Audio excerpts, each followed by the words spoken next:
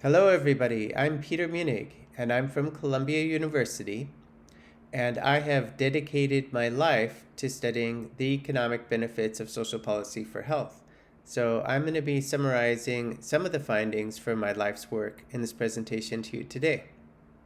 I have four main points to make. The first is that the health and well-being of Americans is on the decline. Since about the 1990s, the average American has reported declining health. The second point is that economic distress seems to be a contributor to this problem. Compensation after health expenditures has declined almost perfectly in tandem with health. The third point is that economic distress produces psychological stress.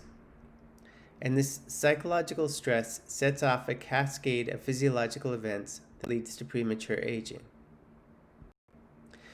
The fourth point, and this is really important, is that you all as policymakers can intervene on the process of human aging.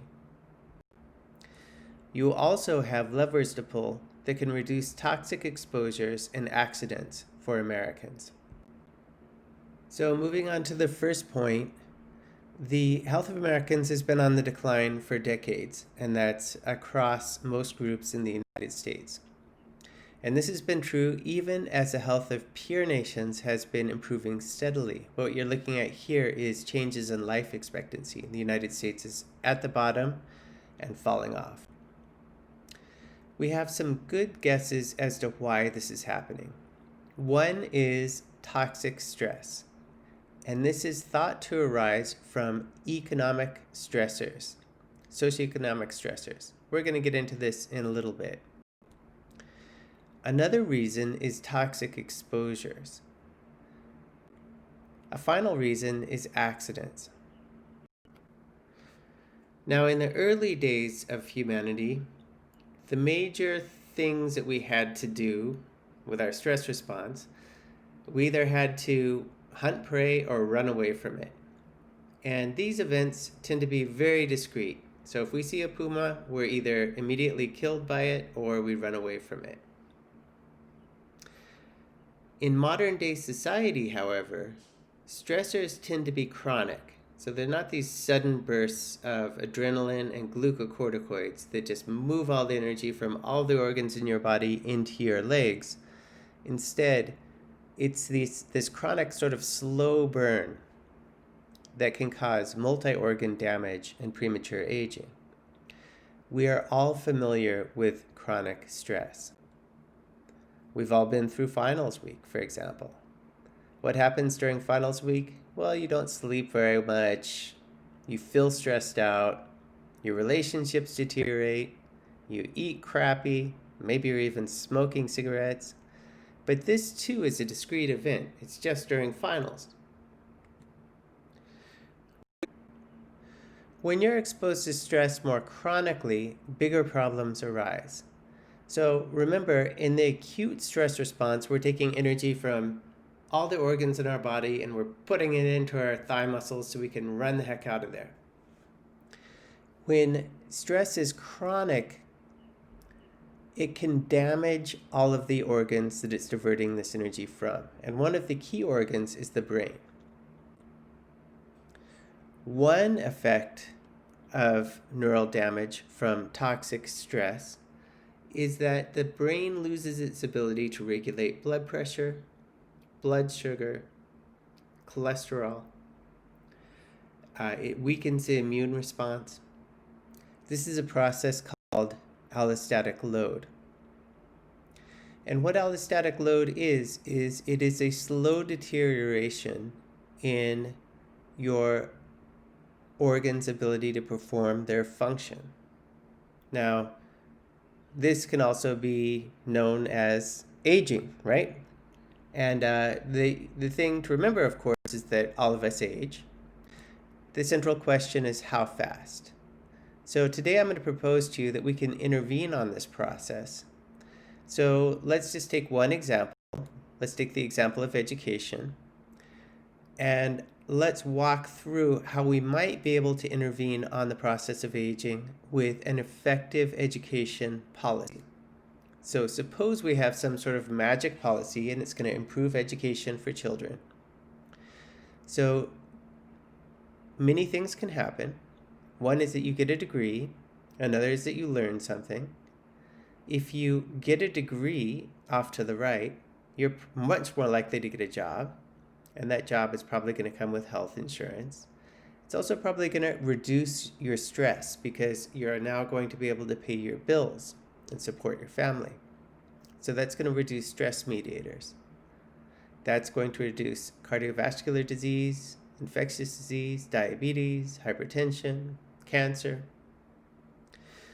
Through learning, you also improve cognition, and that's going to help you on the job, but it's also going to give you improved health knowledge. Now, of course, this isn't all that's going to happen. It's also going to mean that you're going to be living in a neighborhood that's further away from sources of pollution, like garbage dumps or exchanges for trucks. It means that you're less likely to die in an accident because you're not going to be working on a hazardous job site, for example, and you're going to be in a safer neighborhood, so you're less likely to be victimized by crime. So how do we actually invest in education? Well, you can put your money in, pre-K programs.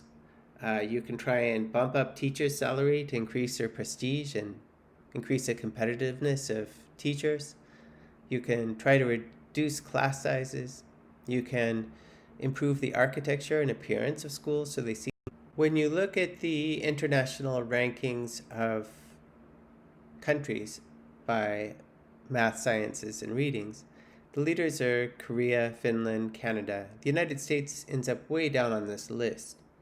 So maybe we're doing something wrong with our policy environment. Canada is demographically very similar to the United States, but has much better outcomes. If you look across these countries, what you find is not fancy computers like in America or tiny classrooms. You see very basic equipment and very sparse classrooms. There's one notable difference, though, and that is that the quality of the teachers is very high in these countries, in part because they're paid a lot of money. Now, we don't know that this is the reason why these countries do better than the United States, but let's just assume for a minute that it is. So if it is true that teacher quality matters, then increasing teacher salaries could improve the quality of education in America. And if it does so, then it can improve all those things on the graphic that you just saw, moving all the way up into reduced heart disease, cancer, diabetes, blood pressure, all that stuff. But the only way we can really know this is through experimental studies.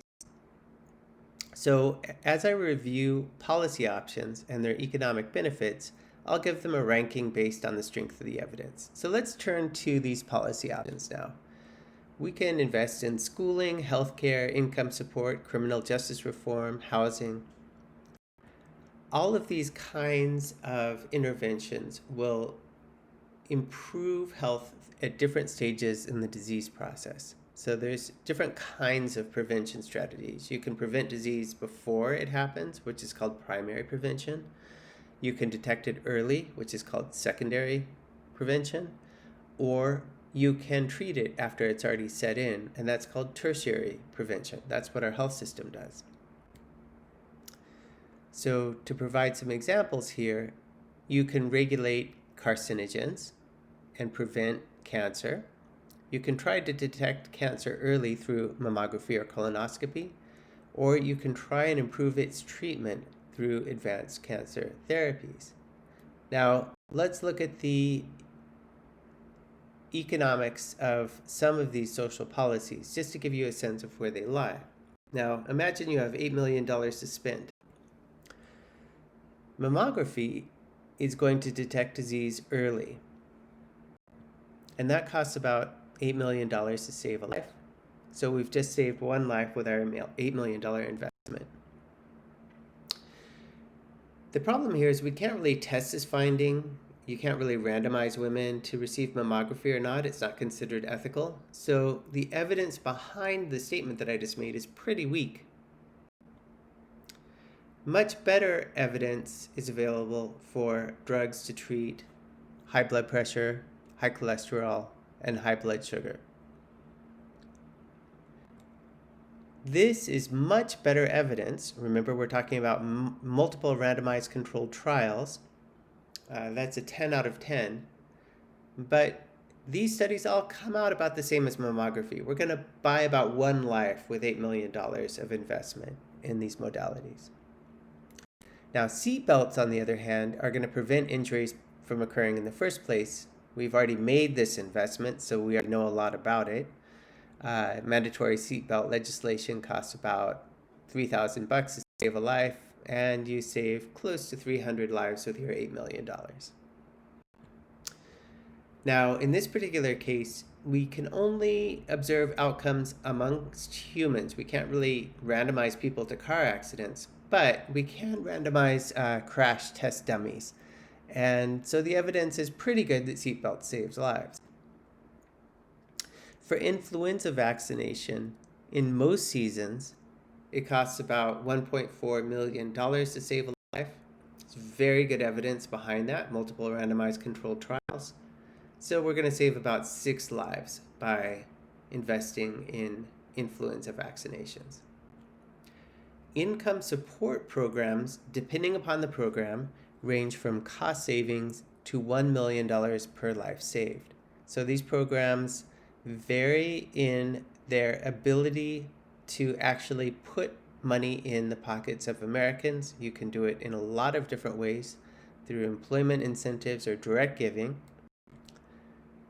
We have experimented with many of these programs in humans using randomized controlled trials funded with federal dollars. If they're cost saving, if the particular program is a cost saving program, we can maximally invest in those interventions, and then we can save money and lives. So in other words, you're getting a return on this investment. The sky's the limit. Of course, the benefits are seen through the healthcare system mostly, and through hopefully economic productivity or other benefits. And the benefits will vary depending upon who's receiving them and how the program is designed. So let's take a look at some other programs. Moving to Opportunity is a program that mandates that Section 8 housing voucher recipients move from low-income neighborhoods to high-income neighborhoods. This program doesn't really cost anything. You're just mandating that the recipient move to a higher income neighborhood. And this has been experimentally tested in the real world, and the benefits are huge.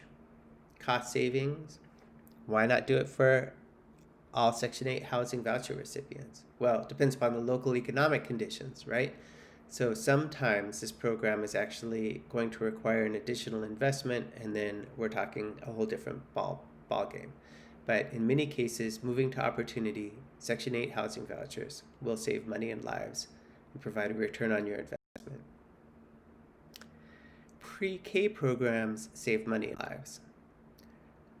We've experimentally tested pre-K programs, but the results are not perfect. So many of the studies that were smaller and earlier showed huge lifelong benefits, but some of the more recent studies of Head Start have shown much more mixed results, and the jury's still out on this one. Nurse-family partnership, on the other hand, has been studied for many decades and has been found consistently to save money and lives. So this has been tested in multiple randomized controlled trials in humans. Medicaid probably saves money and lives, but it could also cost up to $1.4 million per life saved. Experimental and quasi-experimental studies show different results, and so the evidence base behind this is not as good as it is for the programs that we just discussed, like Nurse-Family Partnership. The Earned Income Tax Credit provides supplemental income to families who have low-paying jobs when they file taxes. If we bump up the amount of money that these families receive or these individuals receive, we will get money back from our investment through improved health care and through increased taxation. We've tested this experimentally and with quasi-experimental studies. So I would say the evidence base is very strong, at least 9 out of 10. Reducing the number of students per class saves money, but for some reason it appears to also increase mortality. We're still learning why, but based upon a single randomized controlled trial in Tennessee, we found that at least through age 30, reducing the number of students per classroom led to an increase in mortality. Maybe because it makes the kids more confident and more sociable, and more confident and more sociable kids tend to get into more trouble than more introverted kids. And the main differences in the causes of death here were associated with things like drowning in pools and drug use, firearm deaths, accidental deaths on the highway. Jury's still out. Safe Routes to Schools is a program that makes it safer for kids to get from home to school by making infrastructure changes in our roads. That saves money and lives, but we really only have observational data there. So this is a program that's been implemented all over the country in different forms. We have before-after data, but full evaluation has not been conducted. Bike lanes, about $51,000 per life saved. Again, we only have observational data here. You're going to get a lot more lives saved by investing in bike lanes than mammography, probably, but the evidence supporting that claim is weak. If you put speed limits and speed bumps in residential neighborhoods, it appears to save money and lives, despite the fact that it takes longer to get from point A to point B. Where did those savings come from? Well, they come from reduced childhood injuries and deaths. Here we have quasi-experimental data, but it's not great, maybe 5 out of 10. Freeway parks. Freeway parks are parks that are built on top of freeways that are below grade or above freeways that are at grade. And these provide green space and improve property prices around major freeways.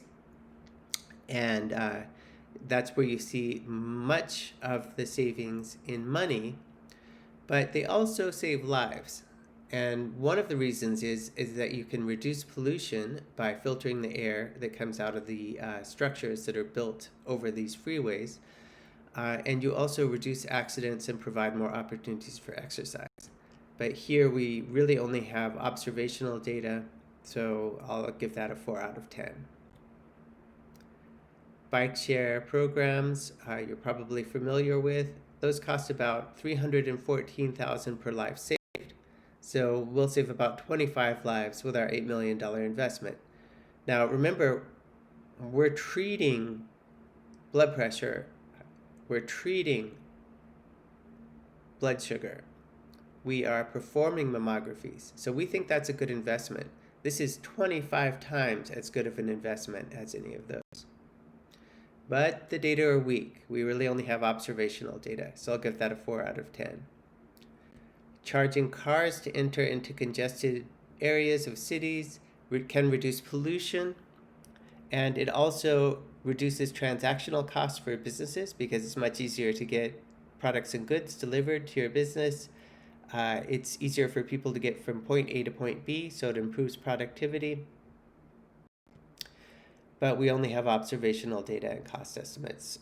So I would say 3 out of 10, pretty poor evidence on congestion pricing. These are only some examples of studies that have been done just to sort of give you a sense of how you might be able to save lives and money with better investments in taxpayer dollars.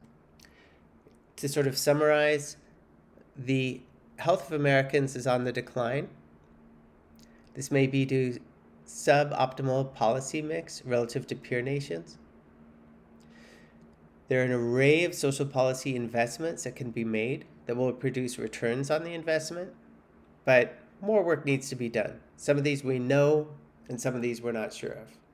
I'm Peter Munich, Columbia University. Thank you for your time.